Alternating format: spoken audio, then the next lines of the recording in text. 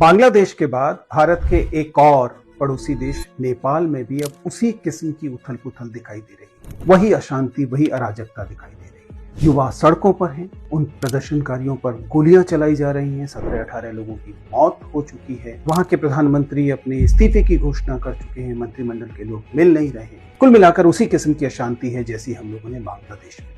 कभी कभी यह उस जैस्मिन रेवोल्यूशन की भी याद दिलाती है जब एक देश के बाद दूसरे देश में इस किस्म की गतिविधियां देखने को मिली। ये कह देना कुछ जल्दबाजी होगी जब हम कहते हैं कि युवाओं को सिर्फ इस बात से परेशानी थी कि सोशल मीडिया को बैन किया गया था, वे तो इंस्टाग्राम के लिए या टिकटॉक के लिए या यूट्यूब के लिए सड़कों पर आए। सच्चाई ये है कि यह असंतोष कुछ समय से दरअसल पल रहा था। इससे पहले शिक्षकों की हड़ताल हुई, उससे पहले हमने देखा था कि मोनार्की के समर्थन में और सरकार के विरोध प्रदर्शन हो रहे थे। अभी हाल में हमने युवाओं के इस प्रदर्शन को भी देखा है। मुझे लगता है कि अगर हमने जैस्मिन रेवोल्यूशन से, अगर हमने बांग्लादेश की उथल पुथल से, अगर हमने नेपाल की उथल पुथल से कुछ नहीं सीखा तो ये गलती होगी। सच्चाई ये है कि युवाओं की समस्याएं, बेरोजगारी की समस्या, उनके रोजगार की सुरक्षा का सवाल, उनकी आजादी का सवाल, इसे गंभीरता से लेने की जरूरत है। किसी भी देश में, किसी भी समय में आप युवाओं को लगातार नशे में नहीं रख सकते।